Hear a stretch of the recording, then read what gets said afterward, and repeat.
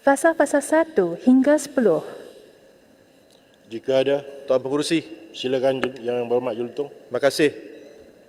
Saya tertarik dengan rang undang-undang ini dan saya menggunakan kesempatan ini untuk merujuk kepada Fasal 3 yang berbunyi seperti berikut.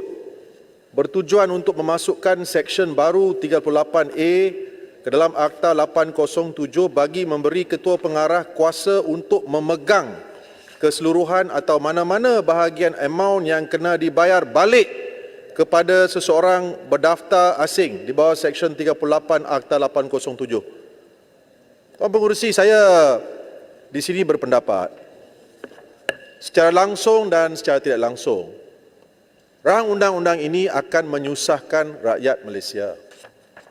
Dan saya lihat rang undang-undang ini sebagai satu lagi langkah kerajaan yang ada sekarang untuk menyusahkan rakyat dan mengutip cukai tambahan.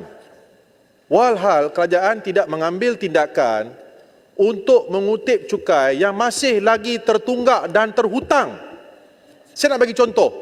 Yang Berhormat Pekan masih lagi berhutang 1.7 bilion ringgit. Kenapa nak selamatkan Pekan dan menyusahkan rakyat? Ini persoalan saya, Tuan Pengerusi.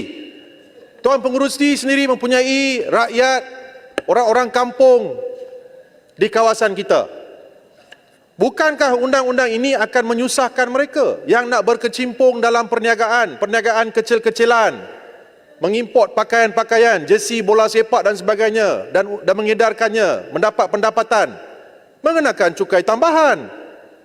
Tetapi cukai daripada Yang Berhormat Pekan 1.7 bilion sampai sekarang tak dikutip lagi.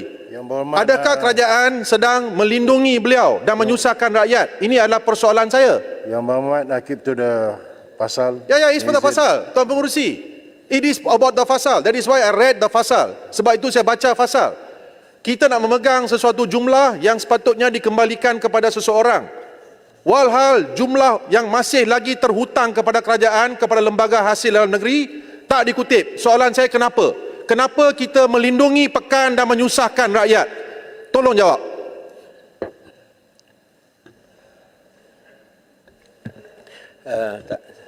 Datuk Pengerusi, Datuk Pengerusi, saya terpanggil untuk bangun.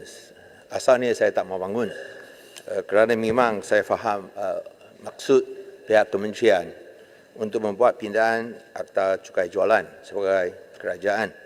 Tapi saya terpanggil untuk perkara ini kerana kalau kita sebut, tadi sebut dengan de minimis, sekarang sudah tak ada de minimis lagi dengan lulusnya fasa-fasa tersebut. Dan saya nak tanya secara spesifik, kalau kita sebut dalam fasa 8, apakah jumlah akan dikutip untuk low value goods? Apabila kadar 10% dikenakan, cukai jualan dikenakan, bolehkah dapat apa ni itu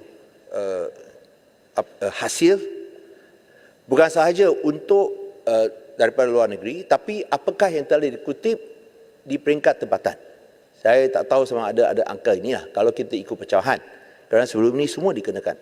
So di sini saya harap perkara ini boleh dipertimbangkan supaya kita dapat samaratakan. Dan saya setuju kita harus samaratakan itu daya saing di antara peniaga tempatan dan juga luar negeri. Tapi saya harap janganlah kita samaratakan dengan kenakan beban tambahan kepada pengguna. Kerana akhirnya pengguna yang terpaksa bayar lebih. Apa sudah jadi dengan kerajaan yang cakap, oh kita nak berikan subsidi. So sekarang ini bukan berikan subsidi, ini tambah beban. Dan kita pun nak galakkan itu e-commerce, perdagangan digital. Tapi bila harga barangan yang kurang daripada RM500 dikenakan cukai, bukankah langkah yang lebih wajar, munasabar dan waras ialah untuk mengecualikan bayaran cukai jualan 10% untuk peniaga-peniaga tempatan? Saya harap Yang Berhormat, kalau dalam perkara ini kita jangan politikan. Nah, ini bukan maklumat kami nak bantu kerajaan. Kalau Yang Berhormat pergilah balik kampung, jelaskan kepada pengundi, nak bagi tahu sampai RM500 di minimis ini pun kenakan cukai. Wah, adakah ini kerajaan begitu lokek sekali kah? Sampai yang kecil-kecil pun tak lepaskan. Saya rasa itu sesuatu yang bukanlah hasrat. Hasrat ialah kira-kira kena cukai ke atas yang mampu, bukan ke atas yang tak mampu. Ini sudah songsang dan songsong. Dan dari segi sudah sesatlah. Sesat, saya tak mau sebut sumbang. Yang Berhormat Sudah sila sesat belum. daripada asalnya. So di sini saya harap dalam perkara ini boleh berikanlah penjelasan seperti yang saya sebut, tak munasabah. Nak samaratakan seperti yang saya sebut sebelum ini, dan ini difaham oleh speaker. Speaker tahu maksud saya. Kita samaratakan dengan kecualikan untuk penjaga tempatan. Saya nak tahu apakah jumlah yang dikutip. Kerana sungguh pun mungkin kecil, tapi kesan ke atas pembeli-pembeli atau pengguna-pengguna kecil-kecil lain yang amat besar. Jangan pandang remeh atau pandang rendah tentang perkara ini. Saya harap marilah kita buatlah secara bernas dan dengan bertimbang rasa kepada pengguna-pengguna yang berpendapatan rendah. Sekian, terima kasih. Menteri jawab. Ahli Yang Berhormat, bagan daripada Jelutong yang membangkitkan, walaupun fasa yang dibangkitkan itu tak ada kaitan apa yang disebut, saya pun tak nak go further dalam perkara-perkara yang disebut. Saya harap sangat Yang Berhormat, terutama Yang Berhormat Bagan, Yang Berhormat, niat kita untuk membuat pindaan kepada perkara yang telah kita kecualikan kemudian diminis, iaitu cukai jualan dan duty import.